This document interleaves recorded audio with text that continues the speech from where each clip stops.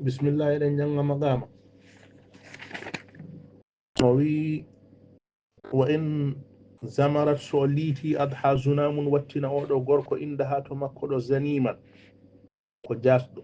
بعد أن كان تقدر لولاتنا لجيله ونند غورو المكو زعيما كو هوراجو وبالإدراف ويلدنغول زعيما كو دفتيدو وإن رقصت سو أمي أمالت أوني الأمائم كالاجي بيلكي أن الرؤوس غاكو وأنساتك ويجتما رقص أمغول الحبب نغوفا في الكؤوس إفيروجي فكنت ملاتي نوما أصدري بدي هوينما أها وندو دمكو همرا مبوديجي أن أميني موراجي وأحلي بدي سنكرا بتمليها إدك متاد مكو جيدا أني أمي كوري موجود نيموراجي وأهجب مدي فيرنا مرأها يرقل مكو عن الشمس غاناني والقمر الليورو وأزول مدي دنجا ذكرها جمتقول مكو عن شراعي غام بداجي السمر هيرد وأنا مع ذلك من وندو دي دون وليهم بدي رينتو من أن تسريا دربت بريها أورغل مكو ريهن هندو أو يكون ما ولا وغو بها مكو سديهن بيتيدون داني أو ينم عليها ما ولا جلتو مكو برق مجاد مليهن سفد فاتفق حول لوشك الحز سبب اللغول جدال المبحوث jasnagal wonakadi tampugol addali jellitande almanhusi hitinande an dagata ni halnimi bi wasfiha sifa makko kanko debbo o humayya toke almudami sangara hindal jari to koddido annam mami bokkinowo summa sabal fahamu refti famu arti ba'da an sarida sahamu caggal de kural buciti fa ahsastu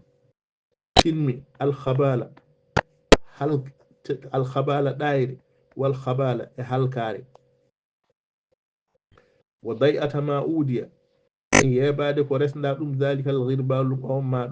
on ما كمل تشديستيلو بيد أني سنة من أهدته آدو دير ممكو على أكمي صومدي تيردي مفتودي ما لفظته كو كالم موميكو وأن يحفظ السر يورين سر ولو أحفظت أيسن متكينيم فزعم وآجي أنه يخزن الأسرار أمرين سروجي كما يخزن اللئيم هنا نجاف دورين يرتأدين رمبود وأنه لا يهتك أهنجة الأستار الستراج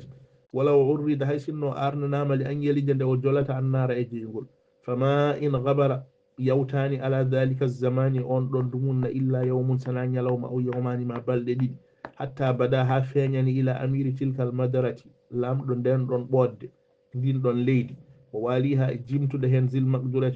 جم سمب أن يقصد دوفاني توباب غيره دم اللام دمكو مجددا هستيتنا أرد أرنو دخيله بوتشي مكو ومستمئرا ومتبننو عاردا كفلي نيله إوام مكو وارتاد